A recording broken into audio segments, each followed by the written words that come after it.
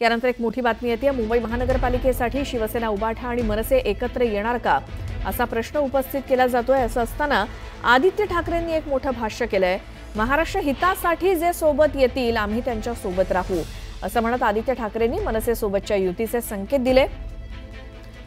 आमचं राजकारण हे सेटिंगचं नाही तर स्वच्छ दिलानं एकत्र यायचा विचार आम्ही करत असल्याचं आदित्य ठाकरेंनी म्हटलं। छत्रपती संभाजीनगरमध्ये आदित्य ठाकरेंनी हे भाष्य केलं।